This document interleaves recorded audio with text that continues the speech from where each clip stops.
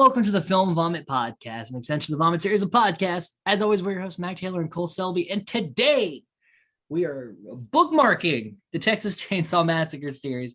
We're putting a pin in it until the new one comes out, if it ever comes out. These things tend to be in developmental hell for a while. So, I heard there's supposed to be one, but, we'll see. So, Cole, what were your thoughts going into Leatherface, and what happened? So my thoughts going into the movie was what I was thinking of is why do we need another prequel? And why do I even want to know about Leatherface in that way? No. Do I want to know about him? After the movie, I'm not gonna say that it was like a decent, a major, a really good movie. I'm not gonna say it's a really good movie. But I was pleasantly surprised in a way for the amount of gore that was in the movie. I'm a bit of a sucker for that, but personally, but I was more pleasantly surprised. I didn't think there was going to be as much as I was. Did this movie felt like a Rob Zombie movie? So I liked that. That was a switch for me, but everything else was a bit of a turn off. There really wasn't much else for me to like about it other than that.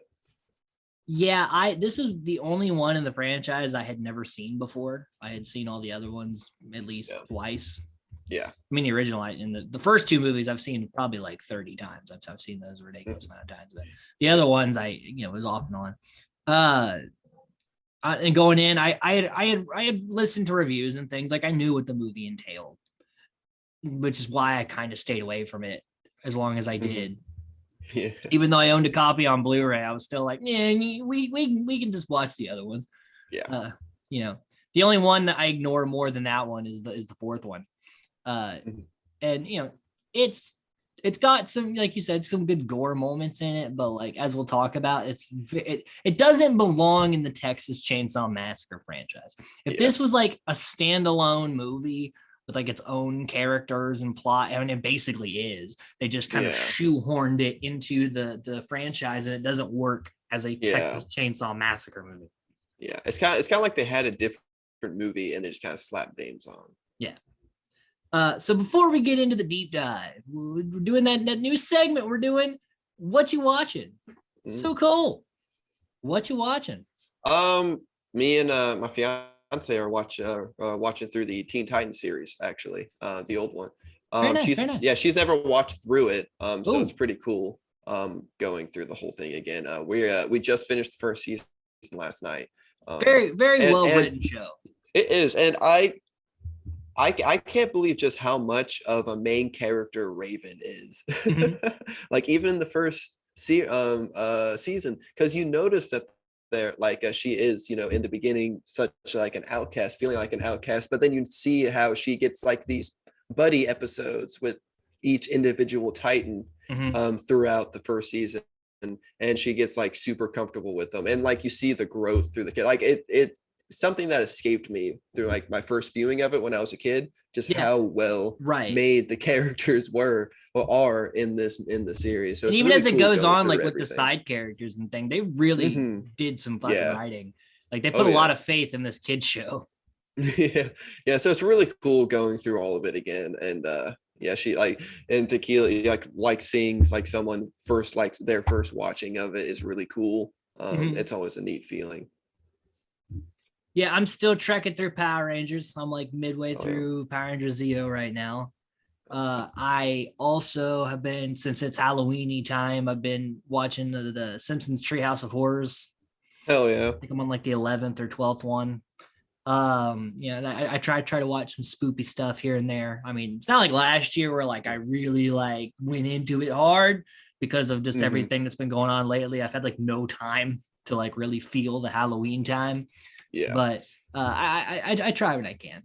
I watched Halloween Town the other day. That was part of it. I always try to watch that every October. Mhm. All right, so let's go ahead and dive right into Leatherface and see what good and what bad. Mhm. So we start out with Jed's birthday. So we get young Leatherface.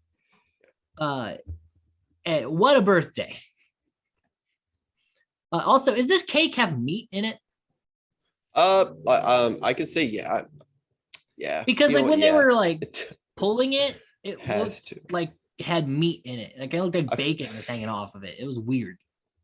like I'm able to believe that there's meat in it.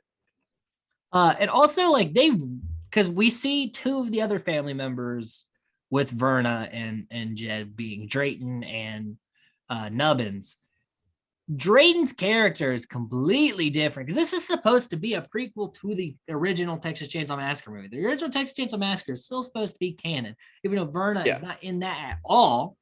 Hmm. And also Drayton's character, the cook's character in the Texas Chainsaw Massacre, he's not. He doesn't Yeah. want to do the dirty work of the killing and the stabbing and all that business. He's the cook. This Yeah. version of Drayton is a homicidal maniac. Like even just cutting the cake, he's like, no, with the cutting on the cake and like my hands in it. Like it's not how Drayton's character is. Yeah.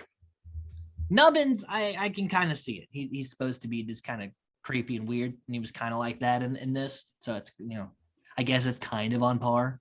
But it'd have been different if it was like Nubbins and Chop Top, and Chop Top was doing all the cutting and the weird shit because that falls in line. Even though the second movie doesn't exist, you could still use that character and still make it fall in line. Yeah. It's just weird to see Drayton being so different than he would turn out to be like those years later. Mm-hmm. And also, Jed doesn't want to do the killing. They give this child a chainsaw. We're like, yeah, hack this dude. Happy birthday. And he's like, what? I don't want to do this. Like the whole point of Leatherface is he's supposed to be like this, like, kind of mindless killing machine. Yeah. And so here he's just like a scared kid. Yeah. Like, yeah, I'm much more like the original Leatherface. I mean, I feel like that's a common opinion. And that's the thing is he's supposed to become the original Leatherface, but how? Yeah. But we do get to see Grandpa do some killing. Yeah, it only took him one swing. So one swing. That was nice. I actually liked that detail. I'm like, hey, look, we get to see Grandpa do some killing. Then we cut to like a little bit in the future, and Jed dresses as like a cow pig thing to like stop these teens on the road. Which, like the boyfriend said, they should have just kept driving. Like, okay, we didn't hit it. Let's not stay around here. And so like Leatherface lures this girl into like a barn where they drop her in a hole and Nubbins drops like a car engine on her. And they don't eat her.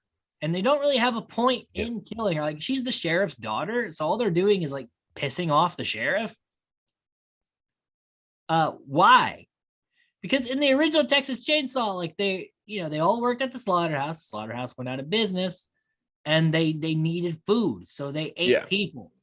Like it was kind of just implied that they developed a taste for human flesh because of necessity.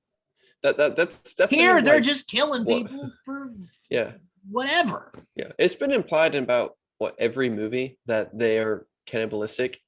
Up until the fourth movie they ate pizza and worked for the Illuminati. But then the remakes went back to the eating of the people.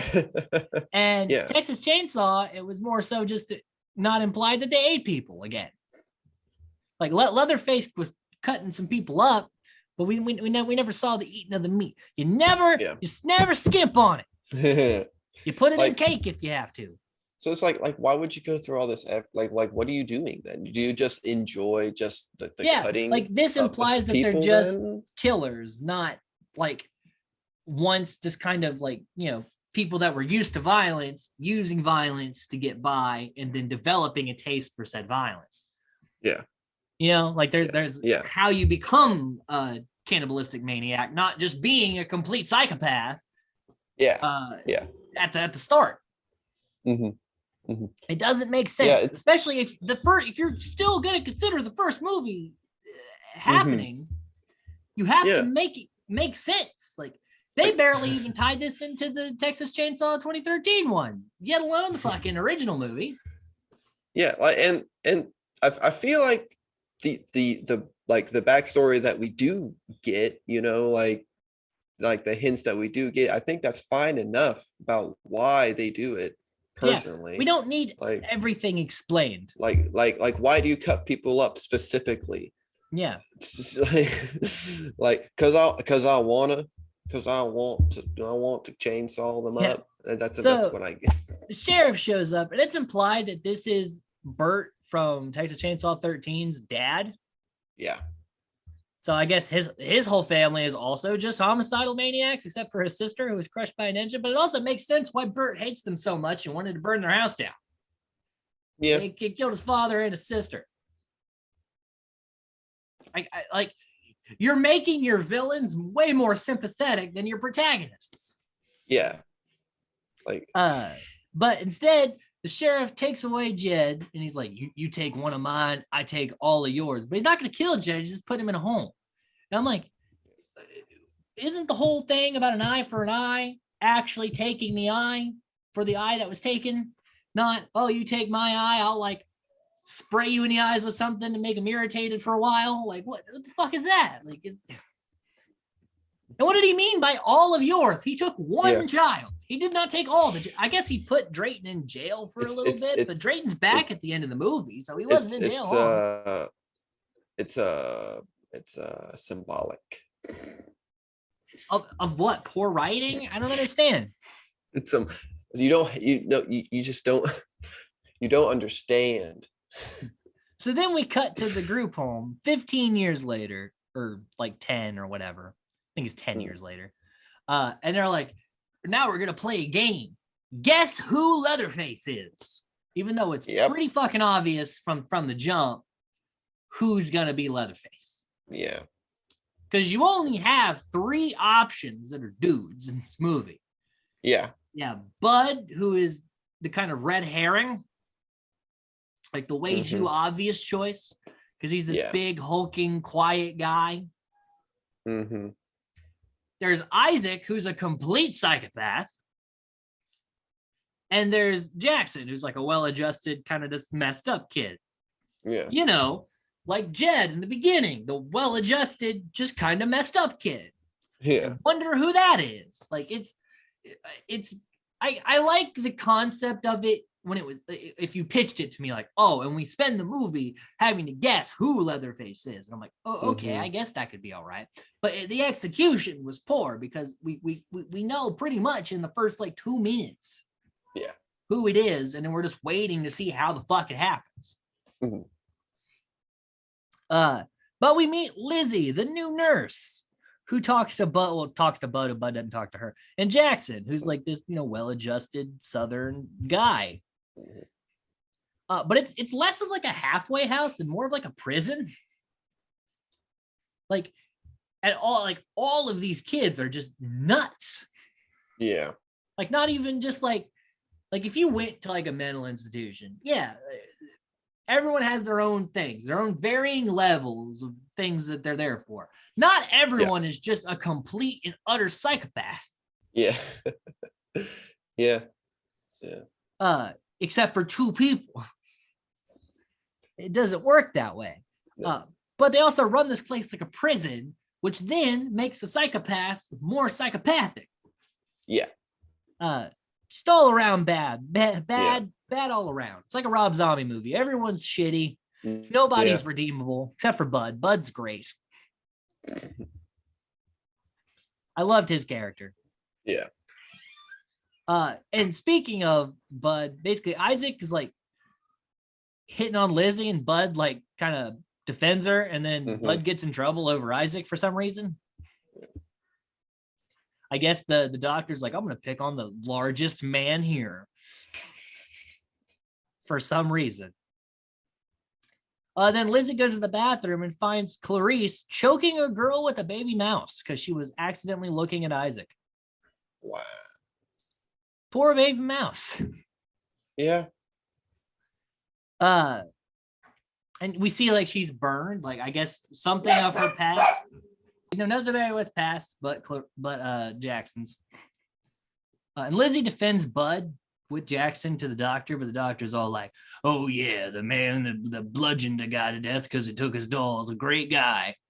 Yeah, but he took his doll. Okay, if you see a large, like 300-pound dude holding a doll, and you take the doll, whatever happens is it's all on you, man. Like, you fucking took your risks there. Yeah. And then Jackson tells Lizzie, like, hey, you might want to check out the ECT chamber. There's some fucked up shit there. And we'll see that a little bit later. So then we see Verna's back because she married Money. So I guess they had to explain why she had a second last name in the sequel to the original, which is a prequel to. Yeah. And so she's like, I got a lawyer. I want to see the kid that was taken away from me like 10 years ago, which that's not how the legal system works. Yeah. Especially which I know they're talking about as soon as Jackson turns 18, they're going to send him to prison, but it's like, one, that's not how that works. The kid committed no crimes. Two, once he turns 18, he can do whatever the hell he wants to, and then you can go see him then. Yeah. But we need to have an excuse for this movie to happen. So she's here now. And the doctor's all like, well, you're going to have to get another warrant for me to go look through files to find out who he is. So that's going to take at least a couple more months. And well, he's turning 18 and we're going to put him in prison. So go fuck yourself. And so Verna goes to the bathroom and basically just starts letting all the inmates loose. Which, becomes like a big prison riot scene. Yep. Meanwhile, Bud's getting like electroshock therapy. I guess that's what the ECT chamber is all about, just shocking these kids. But because of the big commotion, Bud just breaks the chair and just bludgeons the guards to death. Just with his fists, murders these men. Great stuff. And Clarice strangles the girl that she was choking with the mouse earlier. Again, poor girl. She had a rough day. Yeah. Then Bud breaks free Isaac. And a bunch of nurses are chased down by inmates. And one of the inmates, like I say inmates because essentially they're all convicts, like breaks the lighting system. So now it's just strobes. I'm like, go fuck yourself. That's not how it works. Yeah. But it's got to look spooky. Yep. And then Clarice and Isaac hook up right there during the riot. And Isaac has this weird orgasm face. And then Bud finds the doctor and brutally kills him too. Slams him up because I'm assuming it's like plexiglass or something, like something that's not easily broken because he like smashed his head up there a few times for it finally breaks. Yeah. Pretty good stuff there. And then a nurse is killed by one of the patients who is then killed by Jackson, who saves Lizzie. And Jackson and Lizzie are taken hostage by Isaac and Clarice. So this starts our road movie, so to speak, is what the genre is called. And Bud just joins because Isaac felt like he owed him one, even though the whole point they were in the ECT chamber to begin with was because of Isaac. And Bud's happy to see Jackson and Lizzie, and they're all threatened that if anyone leaves before Mexico, Isaac will stab them. And I'm like, couldn't Bud and Jackson just grab him? Like, you can't fight off this one guy with a tiny knife. Like, I don't know. It just felt like there's three of us. There's two of them. Let's just, and one of us is Bud. Let's just fucking go. I'll take my chances. They didn't even have guns yet. Yeah. But nevertheless, if that happened, we wouldn't have much of a movie. So they They're all together till Mexico. Mm-hmm.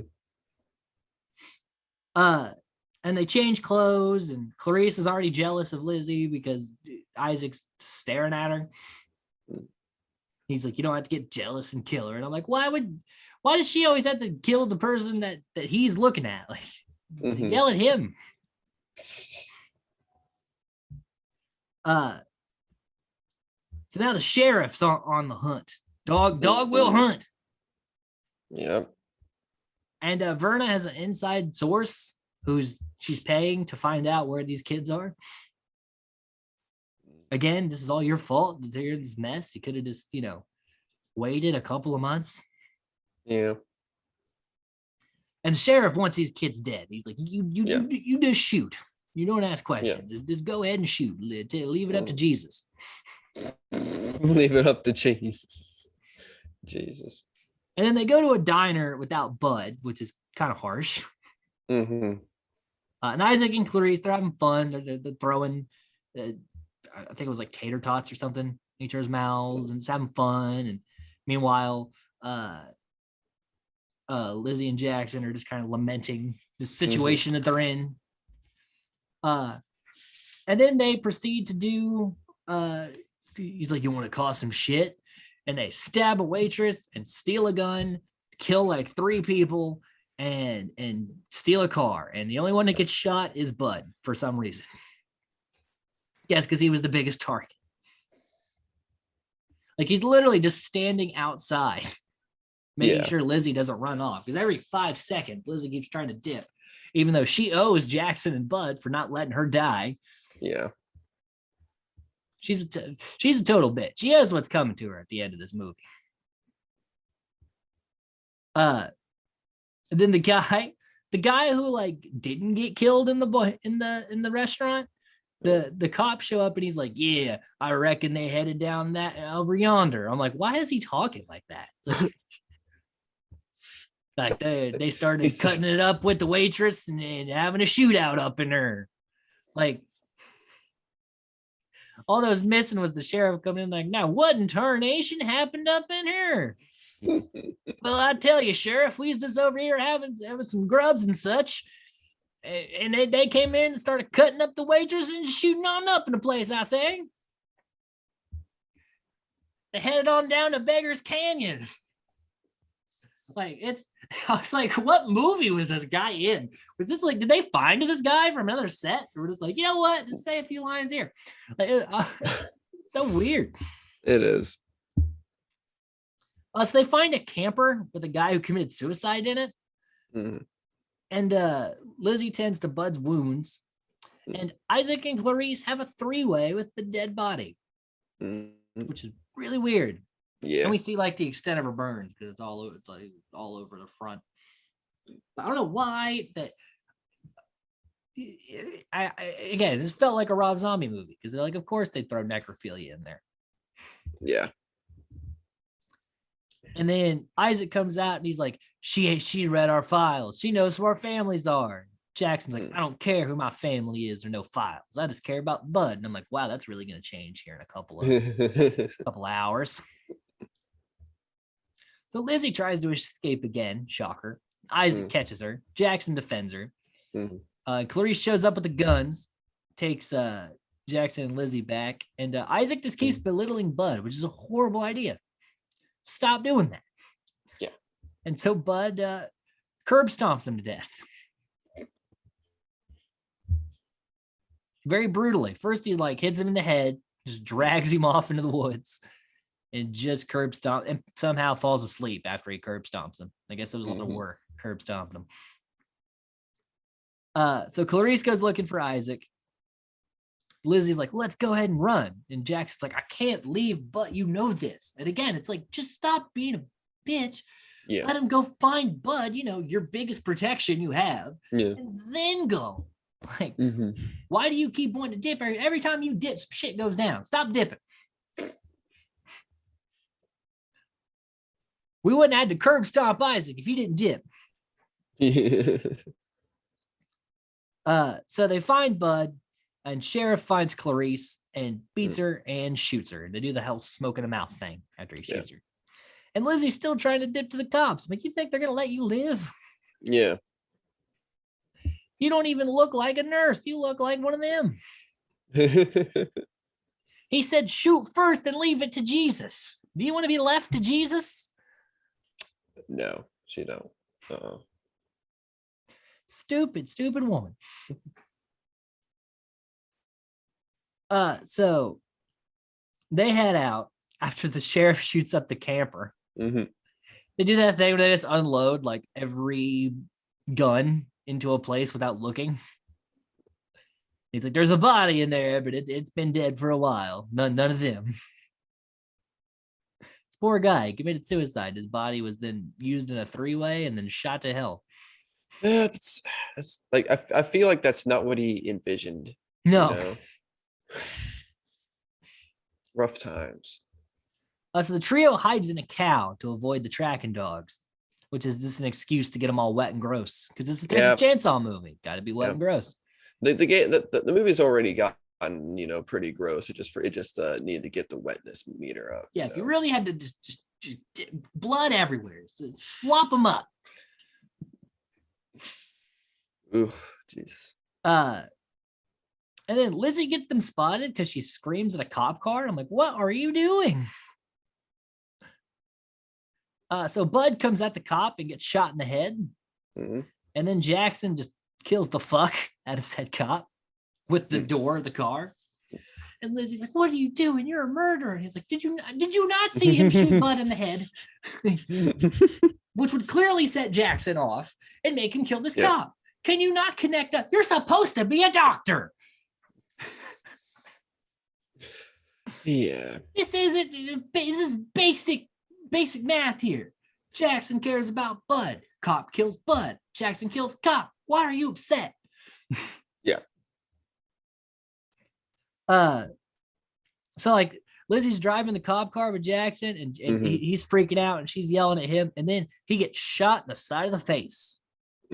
Somehow like goes like through like his mouth or something and like tears the side of his face. And then they flip the car. And then Lizzie wakes up in another cop car in handcuffs, which would be very off-putting. Yes. And she radios for help. And that help was Deputy Sorrells, who's been in this movie, but like had no relevance for me to mention until now. But he was the informant for Verna all along. But again, he's not real relevant in this movie. It doesn't matter. Yeah. So he runs the information to Verna, who then kills him. Why? Again, why? You're talking about you're only killing bad people. This guy literally helped you. And you fed him to pigs. And also, that's wasting meat. You never skimp on the meat. Oof. It's the original Drayton Sawyer would be very pissed off about this. If this is supposed to be like canonical, like with the first movie, they are cannibals in the first and they fed that whole ass body to a pig. So you're skimping on the meat. But also Verna's rich. They don't need to be cannibals or live in Texas. I feel like this movie is just kind of full of shortcomings. Doesn't make any sense. Anyway, basically, the sheriff had captured Lizzie and Jackson and taken them to the barn where they killed his daughter. But he monologues like he's a James Bond villain. Because first of all, Jackson does not know who he is. Yeah. And he goes, this here is Jedediah Sawyer. I'm like, well, thanks for connecting the fucking dots for him, Sheriff. Like, Verna could have showed up and he'd be like, who is that? I don't know you. But instead, now he's like, oh, I guess you're probably the Verna Sawyer who he just mentioned that I said it was my mom, aunt, or whatever. Okay. Okay, I guess it makes sense now. Why? Why are you explaining everything? He explains things for so long that the Sawyers sneak up and kill him anyway. I I feel like that's just like something where, that's bad with like other prequels, just so like not really just prequel. I think movies in general just like people like feeling like the audience just won't understand unless it's literally like spelled out, like I feel Well, of like course they he's think they're so Jedediah clever. Sawyer. Who Yeah. else could it? Everyone else is dead. Unless you're trying to say Yeah, that Lizzie could have been Jed? Are you an idiot? Like that or Jed went to school and became a nurse. Like it's either that or they need to pad out some runtime or something. Like he didn't need a monologue. Also, just kill them. If you're gonna yeah, kill them, just do it. You know, that's guess that, what? that's what would have happened in the early movies. If someone just needed to be dead, they just would have Because died. explaining something to someone you're about to kill is worthless because the knowledge is only going to be relevant for like as long as it takes for you to kill them. And then it's gone. Yeah, Then you've just yeah, basically told yourself. yeah. It's just like stroking your own ego or something, I Yeah. guess. So he gets captured and they're in the bone room while Verna sews up Jed's face and gives him like the tie mask thing that I guess that Thomas Sawyer had in like the beginning of Texas Chainsaw. Mm-hmm. But his looked a lot cooler than Jackson's like kind of like weird strap thing. I guess it's believable that you would use that to kind of align a jaw, I guess. Yeah. And then the sheriff's like, hey, I know I just tried to murder you, but would you help me out? And she's like, sure. I'm like, oh, so you'll help this guy who tried to kill you, but tell Jackson to go fuck himself after he spent the whole movie saving your ass? What are your priorities? So mad.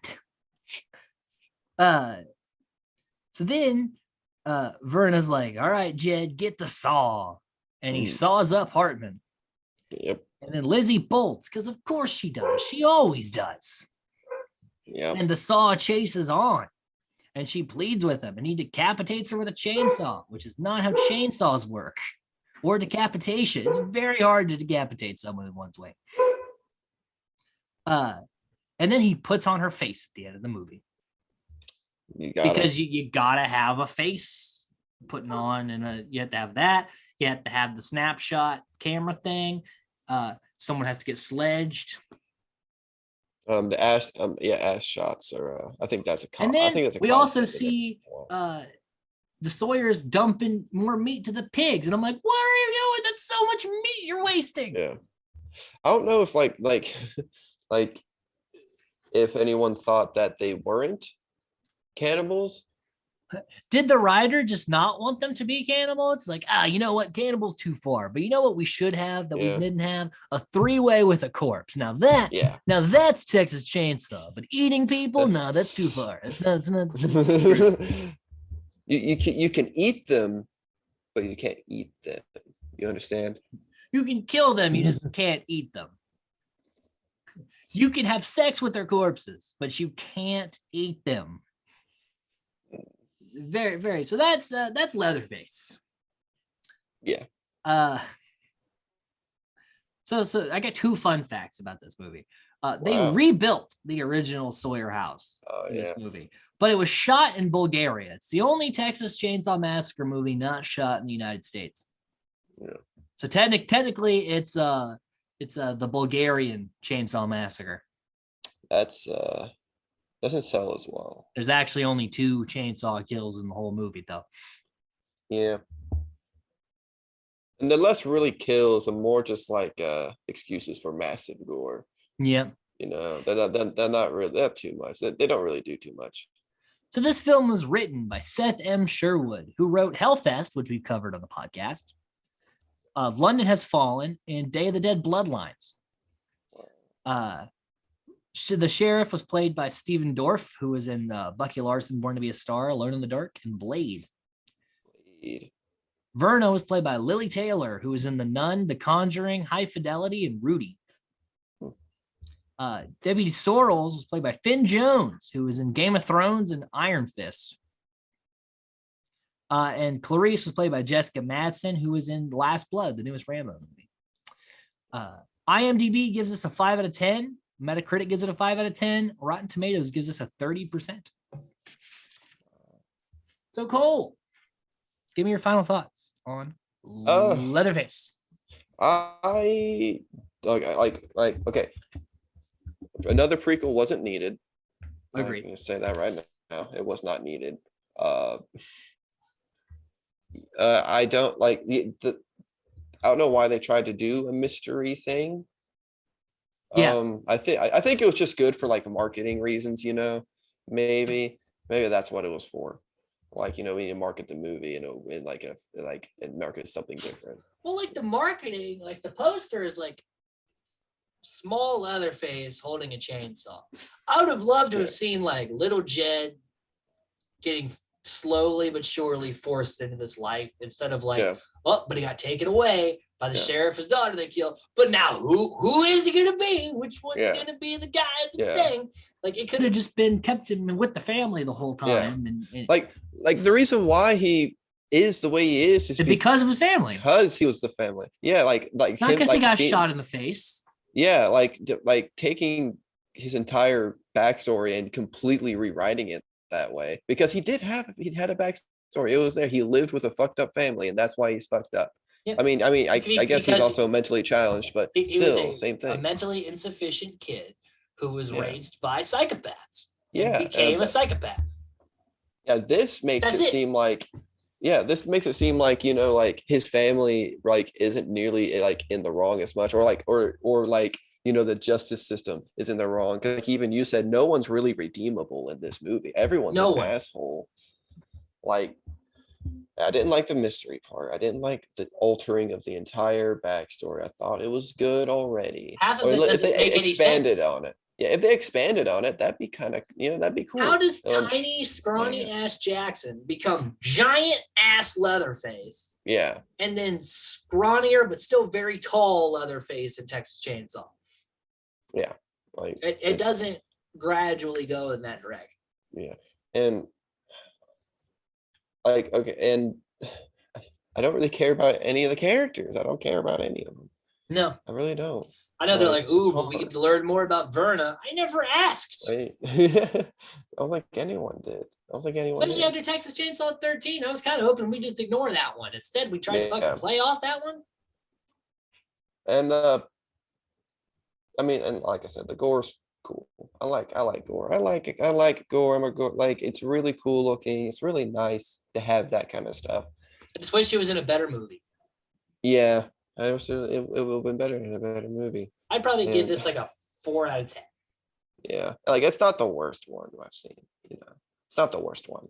I would say that I don't think so. The fourth one was the worst one. Then I think Texas Chainsaw was my second worst.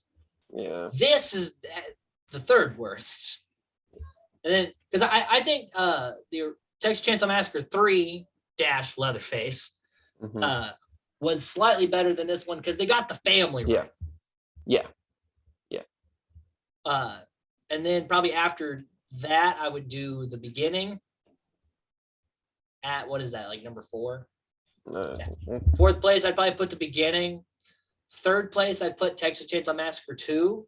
Second, I'd put the remake and then the original in the first spot. What about you, Cole? Mm-hmm. Let's see.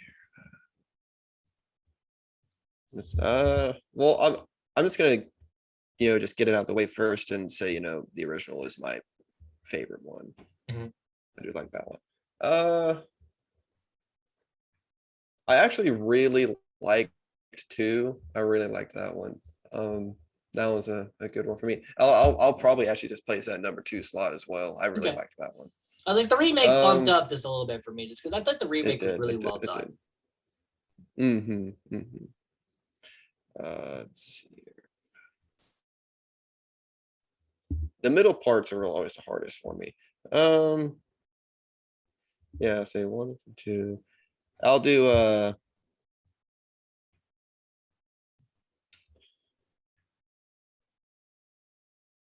I'll go ahead and do just 3 as my number 3 as well. I really like the old ones. I like the older ones. So you're putting 3 above the remake?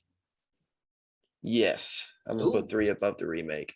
I like The family was really well done. I will say that. It was. I like the remake was good. I don't know. I have a little campiness about the third one. I kind of like. I just kind of like it. I don't know what it is.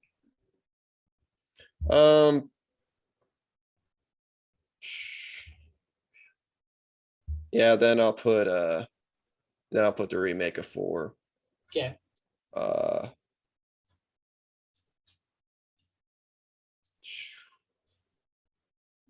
Yeah, then I'll put like 3D. Oh, you put Chainsaw 13 at 5? Yeah, I'll put 13 at 5.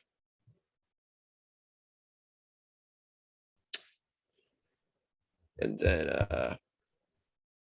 what's it called? Fucking The Beginning? yeah, The Beginning. Yeah, that's 2006. Yep. Yeah.